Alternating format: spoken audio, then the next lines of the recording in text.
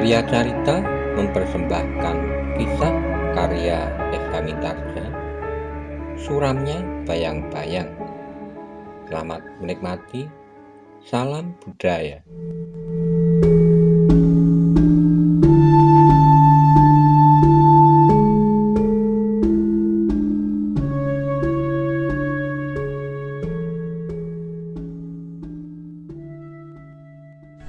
Monggo kula aturi subscribe, like, komen, saha share, matur nuwun.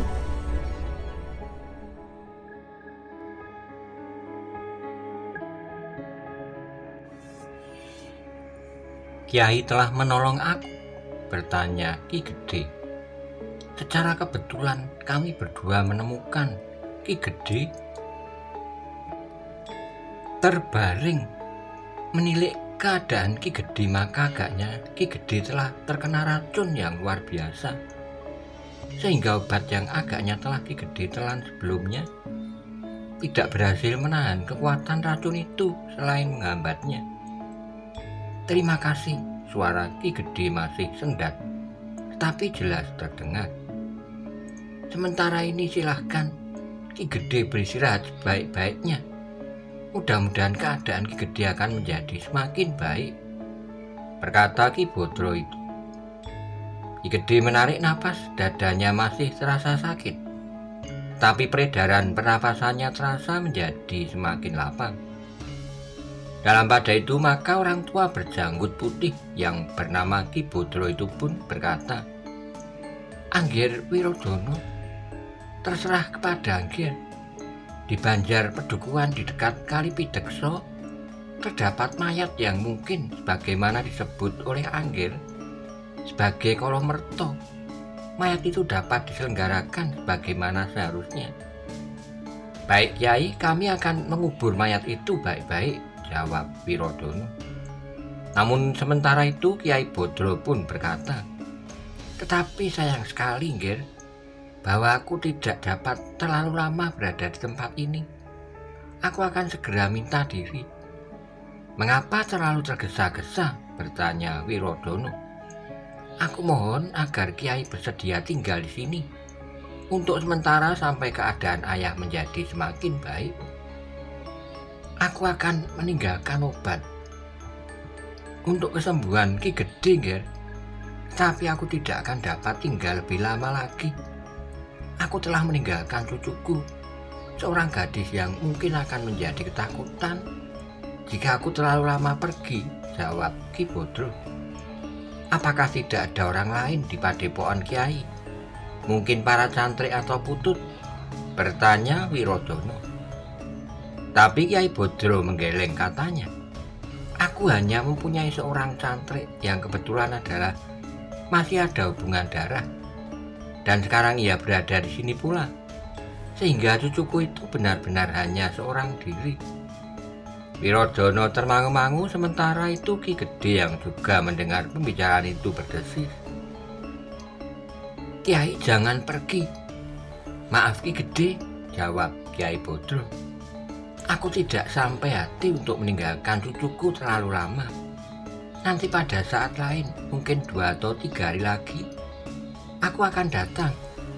Kecuali untuk melihat kesehatan Ki Gede, aku akan membawa obat lagi seandainya obat yang aku tinggalkan nanti sudah habis."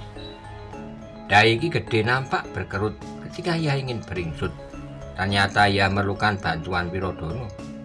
"Kiai," berkata Ki Gede itu kemudian, "jika cucu Kiai itu memang tidak ada kawannya di padepokan, biarlah ia dibawa kemari. Biarlah cantrik Kiai yang seorang itu menjemputnya." Ki Bodro termangu-mangu sejenak, dipandanginya laki-laki yang mengikutinya itu. Namun kemudian katanya, "Aku mengucapkan terima kasih yang sebesar-besarnya jika Ki Gede memperkenankan aku membawa cucuku ke rumah ini. Tetapi biarlah aku sendiri menjemputnya. Sementara cantrikku ini akan tinggal di sini, ia akan dapat memberikan pengobatan sebaik-baiknya. Jika aku sudah menyediakan obatnya, ia sudah memiliki pengalaman yang cukup karena ia terlalu sering melihat dan membantu aku mengobati orang sakit. Ki Gede mengerutkan keningnya, namun ia pun kemudian berdesis, menahan sakit. Lalu kemudian katanya, "Baiklah Kiai, jika demikian silakan. Tetapi Kiai jangan terlalu lama pergi. Aku akan berusaha secepatnya kembali, Ki Gede. Aku akan berada di sini sampai keadaan Ki Gede menjadi baik," berkata orang tua berjanggut putih. "Jika demikian, apakah Kiai memerlukan kuda?"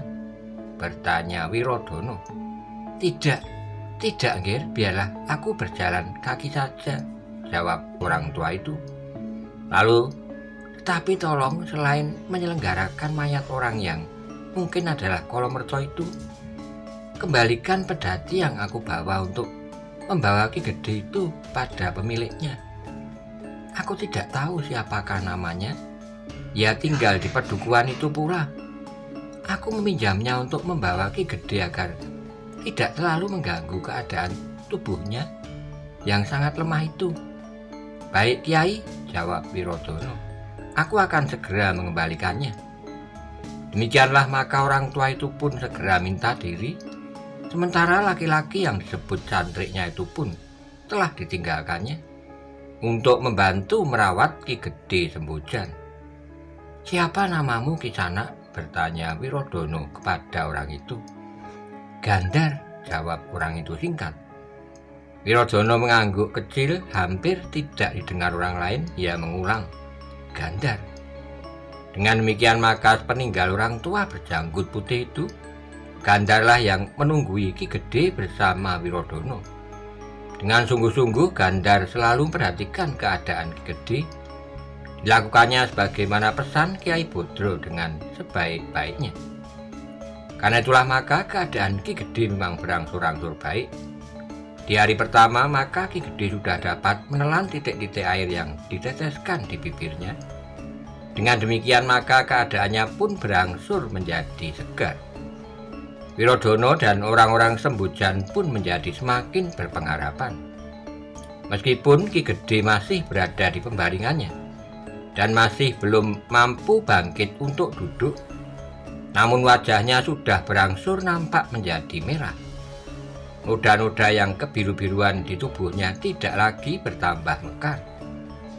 Ketika malam kemudian turun, maka Wirodono pun telah memanggil beberapa orang untuk mendengarkan laporan tentang Kolomerto yang berada di Banjar Pedukuhan di ujung Tanah Perdikan. Dari beberapa pengawal, Wirodono mendapat keterangan bahwa ada sesuatu peristiwa yang penting. Tetapi semua pengawal Tanah Perdikan harus selalu bersiap-siap, berkata Wirodono. Gunggang Wirit yang dikenal bernama Kolomerto itu mempunyai pengikut yang kuat. Jika mereka menjadi marah atas kematian pemimpinnya, maka mereka akan dapat berbuat apa saja di luar dugaan kita. "Kami selalu bersiaga," jawab pemimpin pengawal Tanah Perdikan Sembojan. "Tiap saat anak-anak kami dapat dikerahkan." "Terima kasih," berkata Wirodono. Meskipun agaknya gerombolan yang sudah kehilangan pemimpinnya itu tidak akan segarang sebelumnya pada saat Kolomerto masih memimpin mereka. "Tapi dapat juga sebaliknya," jawab pemimpin pengawal. "Kematian pemimpinnya membuat mereka menjadi gila dan berbuat apa saja di luar batas-batas peradaban manusia." Wirodono mengangguk-angguk, katanya, "Ya, memang mungkin sebaiknya kita memang harus bersiap-siap." Pemimpin pengawal itu pun kemudian meninggalkan Wirodono dengan para pemimpin pengawal di pedukuhan-pedukuhan yang termasuk dalam daerah Tanah Perdikan Sembojan. Ia telah mengadakan suatu pembicaraan untuk menanggapi kemungkinan yang dapat terjadi. Sebenarnya lah bahwa kematian Gunggang Wirit yang juga disebut Kolomerto itu sudah sampai ke telinga para pengikutnya. Kemarahan yang luar biasa telah membakar jantung mereka. Seorang yang paling mendapat kepercayaan dari Gunggang Wirit dengan serta-merta telah mengangkat dirinya menjadi pemimpin gerombolan Kolomerto itu.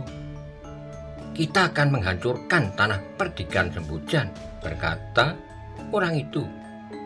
orang yang bertubuh tinggi kekar dan berambut ikal. Tetapi kita sudah kehilangan pemimpin kita, desis seorang pengikutnya. Tanah perdikan Sembojan pun sudah kehilangan pemimpinnya. Tidak-tidaknya untuk sementara, Ki Gede Sembojan dalam keadaan luka parah, sehingga ia tidak akan turun ke medan. Tanpa Ki Gede, maka Sembojan pun tidak memiliki kekuatan yang cukup untuk melawan kita, berkata orang bertubuh kekar itu. Kita akan menghancurkan Sembojan dan membakarnya menjadi karang abang. Setelah itu kita mengambil semua kekayaan yang ada di tanah perdikan itu. Kita juga akan membunuh Ki Gede yang sedang terluka parah itu. Kematian pemimpin kita harus ditebus dengan sangat mahal oleh orang-orang tanah perdikan Sembojan. Para pengikut Kolomerto itu mengangguk-angguk. Bagian terbesar dari mereka sependapat dengan orang yang bertumbuh tinggi dan kekar itu, agar mereka menghancurkan tanah perdikan Sembojan setelah mereka mengambil semua kekayaan yang ada di tanah perdikan itu. Kapan kita akan melakukannya? Bertanya salah seorang di antara para pengikut Kolomerto itu. Malam nanti? Jangan tergesa-gesa. Hari ini seluruh tanah perdikan itu tentu sedang mempersiapkan diri. Kita akan menunggu 2-3 hari. Jika mereka lengah, maka kita akan menyergap, meskipun kita tidak gentar melawan para pengawal yang kehilangan pemimpinnya itu dalam kekuatan puncak mereka. Tapi sebaiknya kita juga memperhitungkan korban di pihak kita sendiri. Kita dapat menghancurkan tanah perdikan itu dengan korban yang sekecil-kecilnya, jawab orang bertubuh kekar itu. Kawan-kawannya mengangguk-angguk. Ternyata orang yang bertubuh kekar itu mempunyai perhitungan yang mapan dan mampu menahan gejolak perasaannya. Sehingga karena itulah maka para pengikut Kolomerto itu harus bersabar untuk beberapa hari. Namun demikian, setiap hari 2 atau 3 orang di antara mereka telah keluar dari persembunyian mereka, turun ke daerah tanah perdikan untuk mengamati keadaan. Namun pada itu anak-anak muda Sembojan ternyata tidak pernah lengah. Setelah 2 hari dari peristiwa yang terjadi di ujung Kali Pidekso itu, anak-anak muda Sembojan justru memperketat penjagaan mereka. Gardu-gardu setiap malam dipenuhi oleh anak-anak muda, sementara para pengawal yang terlatih telah bersiap di banjar-banjar. Jika terjadi sesuatu dimanapun juga, mereka siap untuk bertindak. Meskipun kesiagaan itu tidak lepas dari pengamatan para pengawas dan dikirim oleh gerombolan Kolomerto, namun akhirnya orang bertubuh tinggi kekar itu mempunyai pertimbangan lain. Kita tidak dapat menunggu lebih lama lagi, berkata orang bertubuh tinggi kekar itu. Jika dalam 2 hari lagi kesiagaan mereka tidak menurun, maka kita harus bertindak. Aku kira meskipun mereka mengerahkan segenap pengawal dan anak-anak muda yang ada di tanah perdikan, mereka tidak akan dapat melawan kekuatan kita. Meskipun jumlah kita jauh lebih sedikit, tapi kita mempunyai pengalaman yang jauh lebih banyak. Kita akan menghancurkan pedukuhan demi pedukuhan, selagi pedukuhan itu manggil para pengawal dari pedukuhan lain. Kita sudah selesai dengan penghancuran para pengawal di pedukuhan itu, dan kita masih sibuk merampok semua harta benda yang ada di tempat-tempat itu, berkata yang lain. Tidak, kita tidak akan merampok pada hari yang sama. Kita akan menghancurkan pedukuhan demi pedukuhan, berkata orang bertubuh tinggi itu. Baru kemudian setelah tanah perdikan itu tidak mempunyai kekuatan, kita akan merampok. Tapi seorang yang berumur lebih tua dari orang bertubuh tinggi itu berkata, kita jangan lengah. Jika hal ini telah didengar oleh Adipati Pajang, maka mereka akan dapat mengirim pasukan kemari. Orang bertubuh tinggi itu mengerutkan keningnya sambil mengangguk-angguk. Katanya, kau benar. Karena itu maka kita akan melihat keadaan kapan kita akan merampok.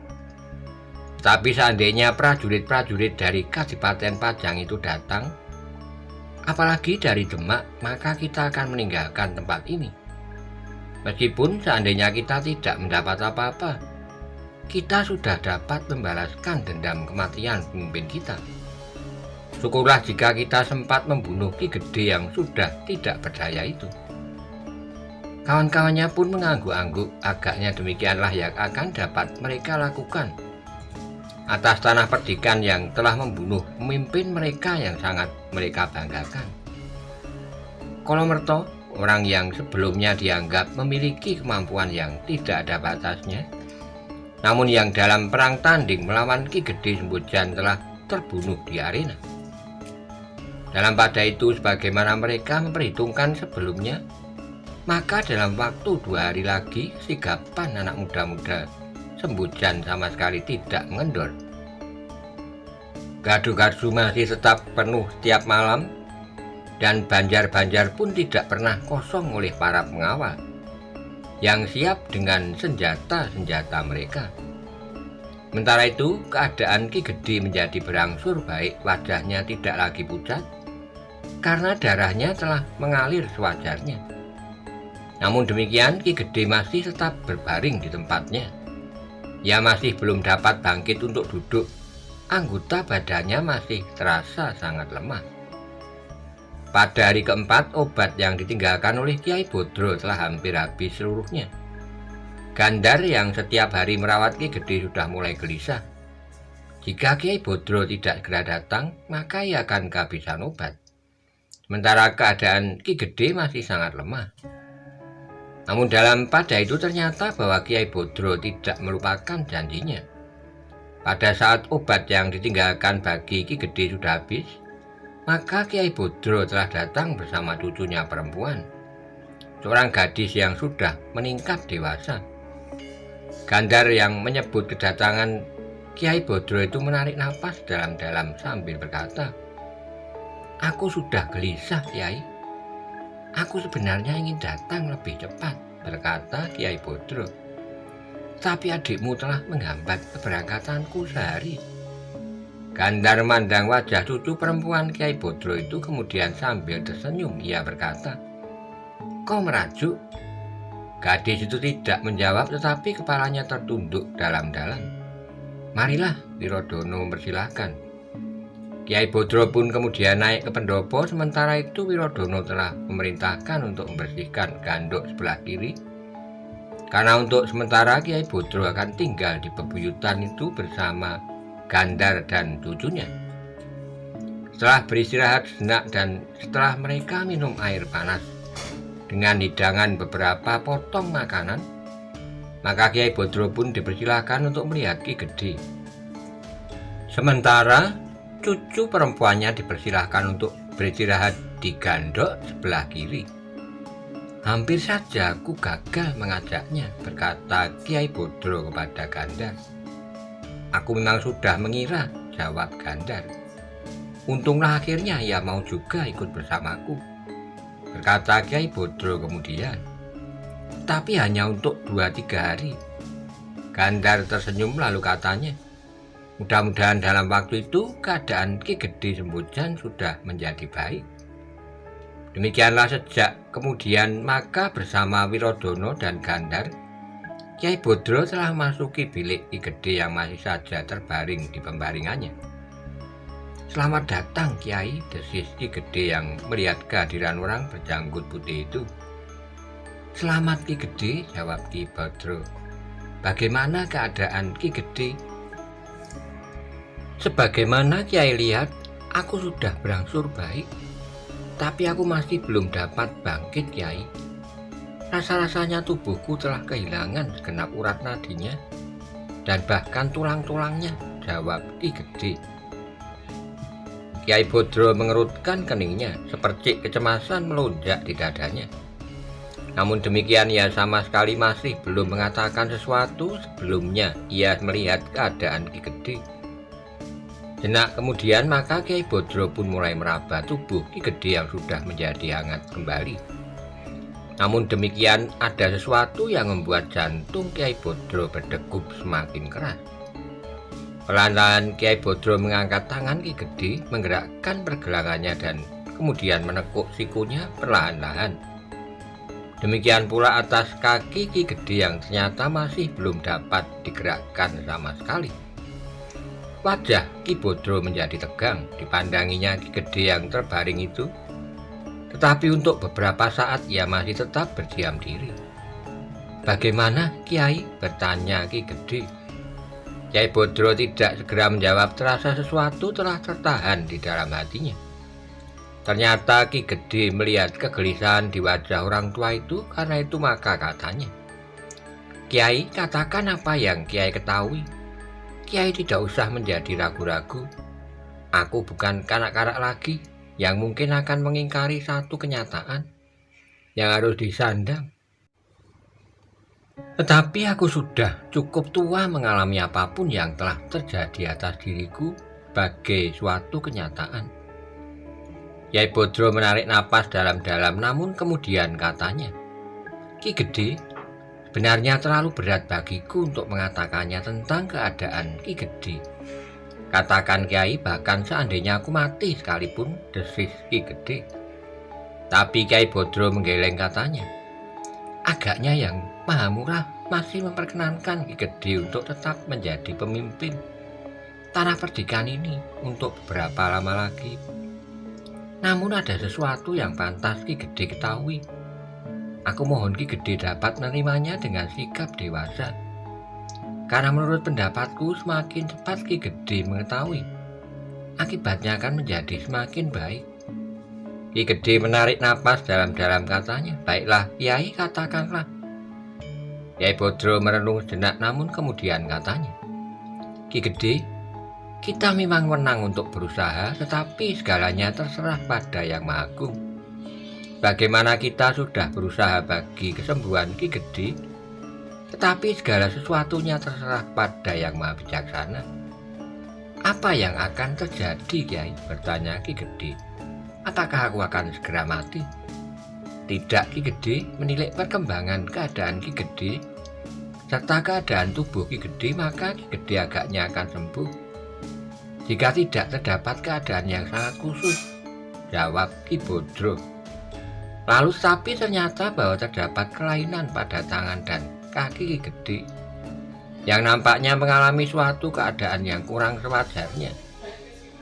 Wajah Ki Gede menegang sejenak, kemudian dengan nada dalam ia bertanya, "Maksud Kiai, apakah aku akan lumpuh?" Kiai Bodro tidak segera menjawab, tapi kemudian katanya, "Ki Gede, agaknya memang demikian, tetapi menurut pengamatanku, kelumpuhan Ki Gede bukan kelumpuhan mutlak. Mungkin Ki Gede masih akan dapat berjalan dan menggunakan tangan sebagaimana anggota badan Ki Gede yang lain. Tapi tangan dan kaki Ki Gede tidak akan mempunyai kekuatan sewajarnya." Ki Gede menarik napas dalam-dalam dengan sendat ia berkata, "Aku mengerti Kiai, racun dari pusaka Gunggang Wirit itu telah melenyapkan segenap kemampuan ilmuku karena kelemahan anggota badanku, sehingga kemudian aku tidak akan lebih dari sosok golek yang terbuat dari daging dan tulang tanpa dapat berbuat apa-apa lagi." Ki Bodro tidak menyaut, tetapi sebenarnya lah bahwa Ki Gede menurut pengamatan Kiai Bodro akan mengalami kesulitan dengan ilmunya karena anggota badannya akan menjadi sangat lemah. "Baiklah Kiai," berkata Ki Gede kemudian, "biarlah aku masih tetap mengucapkan terima kasih bahwa aku tidak mati, meskipun aku tidak akan memiliki ilmuku sebagaimana sebelumnya. Namun aku masih mampu berbuat sesuatu." "Ya Ki Gede," jawab Kiai Bodro kemudian, "benarnya lah bukan ilmu Ki Gede yang akan hilang dan tidak dapat Ki Gede kuasai lagi, tetapi anggota badan Ki Gede sebagai alat untuk mengungkapkan ilmu itu tidak lagi memadai. Dengan demikian Ki Gede masih akan tetap memiliki kemampuan untuk memberikan petunjuk dan pengarahan pada Anggir Wirodono, agar Anggir Wirodono mampu menguasai seluruh kemampuan Ki Gede." Ki Gede mengangguk-angguk kecil dipandanginya Wirodono sambil berkata, "Kau dengar Wirodono, karena itu maka satu-satunya harapanku adalah engkau." Wirodono menundukkan kepalanya, ada semacam kegelisahan di dalam hatinya. Justru karena ayahnya akan kehilangan kesempatan untuk memiliki kembali semua ilmunya, karena tidak ada lagi dukungan wadaknya. Tetapi menurut ayah, aku harus berusaha untuk memiliki semua ilmunya, berkata Wirodono di dalam hatinya. Untuk sejenak bilik itu dicekam oleh keheningan. Ki Gede yang terbaring itu menatap langit-langit di atas pembaringannya dengan kegelisahan yang menghentak-hentak di dadanya. Namun kemudian Ki Gede itu pun berhasil menguasai perasaannya seperti yang dikatakan. Akhirnya ia masih juga mengucapkan syukur bahwa ia masih tetap hidup dan mendapat kesempatan untuk membuat anak laki-lakinya menjadi lebih baik dan menuntunnya dalam memimpin tanah perdikan Sembojan yang besar itu. Karena itu, maka yang mula-mula memecahkan keheningan itu adalah Ki Gede sendiri. Kiai, jika demikian maka aku akan tetap mengharap agar untuk sementara Kiai tetap berada di tanah perdikan ini. Selain dengan demikian Kiai dapat menolong keadaanku. Mungkin Kiai akan dapat menolong aku pula menyempurnakan ilmu Wirodono. Maksud Ki Gede ilmu kanuragan? Bertanya Kiai Bodro. Ya, jawab Ki Gede. Tapi Kiai Bodro itu pun menggeleng katanya. Maaf Ki, aku sama sekali tidak bersentuhan dengan ilmu kanuragan. Ki Gede menarik napas dalam-dalam tapi ia tidak mengatakan sesuatu. Dengan demikian maka Kiai Bodro pun kemudian berkata, sudahlah Ki Gede, silahkan beristirahat sebaik-baiknya. Aku pun akan beristirahat di Gandok, cucuku kini telah berada di sini pula. Syukurlah Kiai, jawab Ki Gede. Mudah-mudahan ia kerasan tinggal di sini. Demikianlah Kiai Bodro itu pun meninggalkan Ki Gede berbaring di dalam biliknya. Wirodono yang mengikutinya dengan nada gelisah bertanya, apakah ayah benar-benar tidak akan mampu berbuat apa-apa lagi dalam ulah kanuragan? Bukan tidak dapat berbuat apa-apa lagi, Gir, tapi kemampuan wadaknya akan sangat terbatas. Karena itu maka aku ingin mempersilahkan Anggir untuk mengambil alih segala sesuatunya. Dengan demikian yang akan memperingan perasaan ayah Anggir. Anggir memiliki kemampuan sebagaimana ayah Anggir, maka Ki Gede tentu akan merasa seakan-akan kemampuan dirinya telah pulih kembali, meskipun dengan mempergunakan harapannya, jawab Kiai Bodro. Wirodono mengangguk-angguk. Ia mengerti maksud Ki Bodro, namun akan berarti harus bekerja sangat berat. Anggir Wirodono, berkata Kiai Bodro kemudian, dalam keadaan wajar bukankah Ki Gede pada suatu saat tentu akan meninggalkan Anggir juga? Ki Gede tentu akan meninggalkan tanah perdikan ini pula untuk selama-lamanya. Bukankah dalam keadaan demikian Anggir juga yang harus bangkit untuk menerima semua tugas dan kewajiban Ki Gede atas tanah perdikan ini? Wirodono mengangguk-angguk katanya, aku mengerti Kiai. Nah agaknya segalanya memang harus dipercepat. Tapi seperti ayah Anggir, maka Anggir dapat bersyukur. Sementara ini ayah masih dapat menuntun Anggir, baik dalam ulah kanuragan maupun dalam memimpin tanah perdikan ini. Ya Kiai, jawab Wirodono. Aku akan mencobanya. Anggir tentu akan dapat melakukannya, berkata Kiai Bodro sambil tersenyum. Bukankah sekarang Anggir sudah memiliki modal untuk itu? Anggir sudah memiliki kemampuan dalam ulah kanuragan. Sementara itu Anggir pun telah mulai ikut dalam mengatur pemerintahan di tanah perdikan ini. Wirodono mengangguk-angguk, tetapi yang terbayang adalah beban yang akan diletakkan di pundaknya. Demikianlah maka dari hari ke hari, Kiai Bodro masih berusaha untuk membuat sesuatu atas Ki Gede. Namun kemampuannya memang terbatas bagaimana orang lain dalam keterbatasannya masing-masing. Karena itu, Kiai Bodro tidak dapat berbuat apa-apa juga atas kemungkinan yang buruk pada anggota badan Ki Gede Sembojan. Namun tidak-tidaknya Kiai Bodro akan dapat mengurangi kemungkinan kelumpuhan mutlak. Namun dalam pada itu ternyata para pengikut Kolomerto yang kehilangan pemimpinnya sudah tidak sabar lagi. Mereka benar-benar sudah siap untuk menyerang tanah perdikan Sembojan. Tapi orang-orang bertubuh tinggi kekar yang memimpin gerombolan Kolomerto itu cukup cerdik. Ia tidak akan melawan seluruh kekuatan tanah perdikan Sembojan. Karena itu, maka ia telah membuat rencana sebaik-baiknya. Gerombolan Kolomerto akan menghancurkan pedukuhan demi pedukuhan. Tapi yang terjadi adalah tidak seperti yang dikehendaki oleh orang bertubuh tinggi besar itu. Adalah satu kecelakaan bahwa Wirodono sendiri yang kebetulan berada di sebuah kedai itu dalam pasar. Yang ramai telah melihat orang yang agak mencurigakan. Dua orang yang bertubuh besar dan berwajah keras, tingkah laku mereka sama sekali tidak mencerminkan tingkah laku orang-orang Sembojan atau Kademangan di sekitarnya. Tapi Wirodono tidak tergesa-gesa bertindak atas mereka. Bahkan Wirodono berusaha untuk dapat duduk di dekat mereka dan mulai bercakap-cakap. "Apakah Kisana orang Sembojan?" bertanya Wirodono. "Kau orang mana?" salah seorang dari keduanya bertanya. "Aku orang Kedung," jawab Wirodono. Mengapa kau sampai ke Sembojan?" bertanya orang itu. "Aku seorang pedagang Wesi Aji," jawab Wirodono yang kemudian memesan tuak. "Beri aku tuak," minta Wirodono. Pemilik warung itu heran Wirodono tidak pernah memesan tuak. Tapi dengan matanya Wirodono sempat memberi syarat sehingga pemilik warung itu pun kemudian memberikan sebumbung tuak aren yang keras. Kau pernah minum tuak?" bertanya Wirodono. Dua orang itu mengerutkan keringnya. Tuak adalah jenis minuman yang sangat menarik bagi mereka. Tapi sudah berapa lama mereka tidak sempat minum tuak, karena selama mereka berada di tanah perdikan Sembojan, mereka tidak mendapat kesempatan untuk membelinya. Selain mereka belum tahu di mana mereka mendapatkan, juga uang yang mereka bawa memang sangat terbatas. Apalagi sebelum mereka berhasil mendapatkan sesuatu, pemimpin mereka, Kolomerto, sudah terbunuh. "Marilah," berkata Wirodono. "Orang-orang Kedung memang senang minum arak. Adalah perlambang laki-laki bagi siapa yang dapat menelan tuak paling banyak." Dua orang itu tidak menjawab, tapi ketika Wirodono menuang tuak itu ke bumbung-bumbung kecil, maka keduanya telah meneguknya sampai kering. Tapi Wirodono tidak tinggal diam. Dengan cepat ia menuangkan lagi sehingga bumbung-bumbung itu menjadi penuh kembali.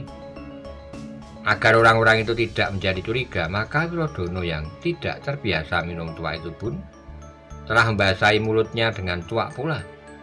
Bahkan ia pun pura-pura telah meneguk beberapa bumbung pula.